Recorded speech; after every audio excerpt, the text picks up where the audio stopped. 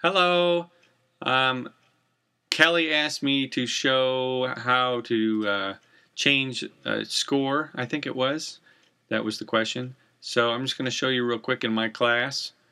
And this will also, I'll show you real quick. Claire had a question about resetting a test. So give you these real quick. You go to Assessments, and then you go to the exam, and you click View Submissions.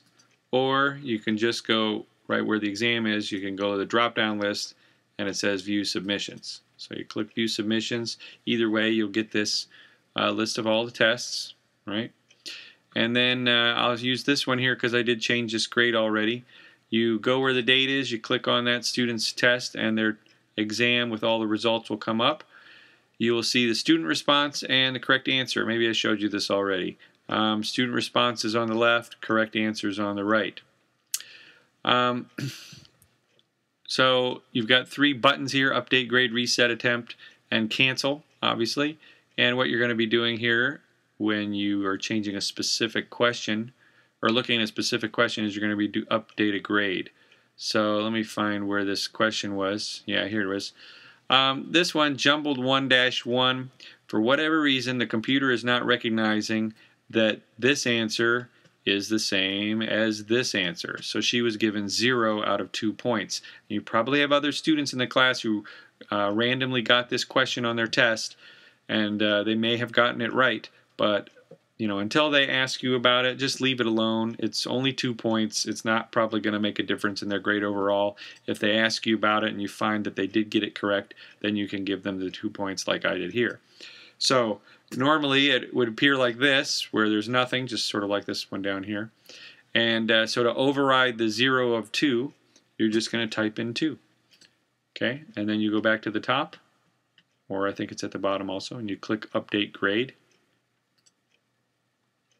Right? And then this will appear. You'll see the old score in parentheses, and the new score will be the one that's factored into their grade book. So that's how you do that.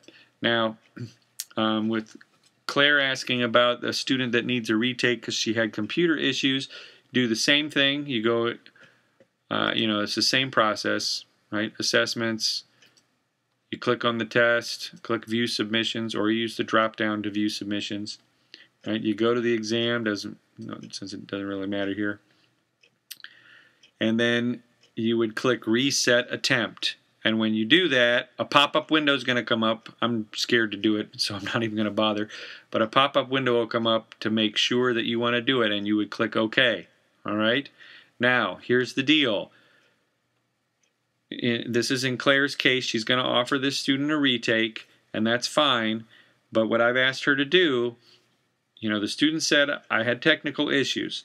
Claire said, I will look at your test, determine whether or not I'm going to give you a retake. So she looked at the test, decided yes, she wants to give a retake. What you need to do now is tell the student or ask the student, are you sure that you want to retake this exam? And do not reset the test until they have sent you a confirmation email saying, basically, yes, I want to retake the test. Because as soon as you hit reset and click OK, everything they did in that test is wiped out. It's gone. And so they would have to retake the test again.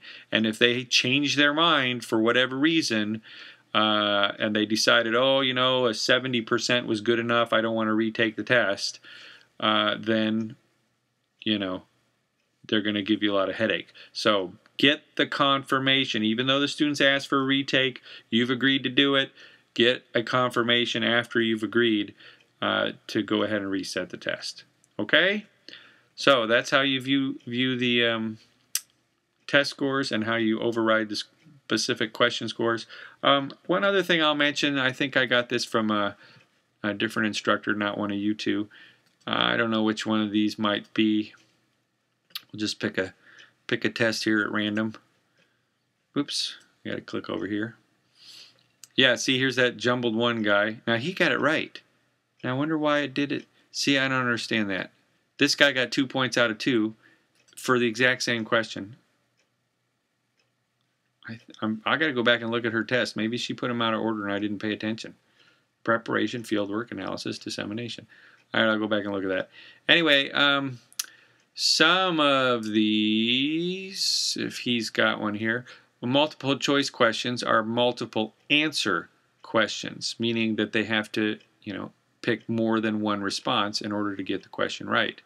And I'm not seeing any on this guy's test. There's a practice for that in the practice quiz, and I explain it very clearly in the syllabus as well, that you have to get all of the correct answers in a multiple answer question. Well, he didn't have any. You have to get them all correct in order to earn full credit. Okay? If you miss one of the, say there's 3 of them you have to check and you've only checked 2 of them, you don't get any credit. It's all or nothing. Okay? And there's a reason for that. One is a philosophical reason, is that I don't give credit for partially wrong answers, right? Because students are always, well, I got 2 out of 3 and I should get partial credit for that. I'm like, no, you got 1 wrong, and 1 wrong means you got the question wrong. The other reason for that is more practical, in the sense that what a student can do, and I don't understand why I'm not finding any of these to show you, but okay, well fine, I'll just go to the sample quiz, right? How's that sound?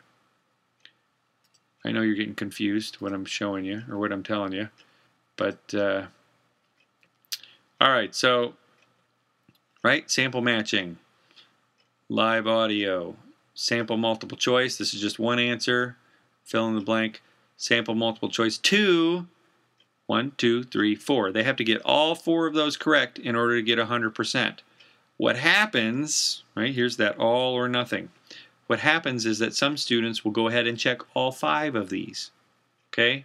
And unless you set up the question so that they're losing points or whatever, if they pick a wrong choice that they've lost some points, if they answer all 5 of them, the computer, whenever they programmed it, is set up that it'll just read, oh, they answered this, this, this, and this, they get 100%, okay?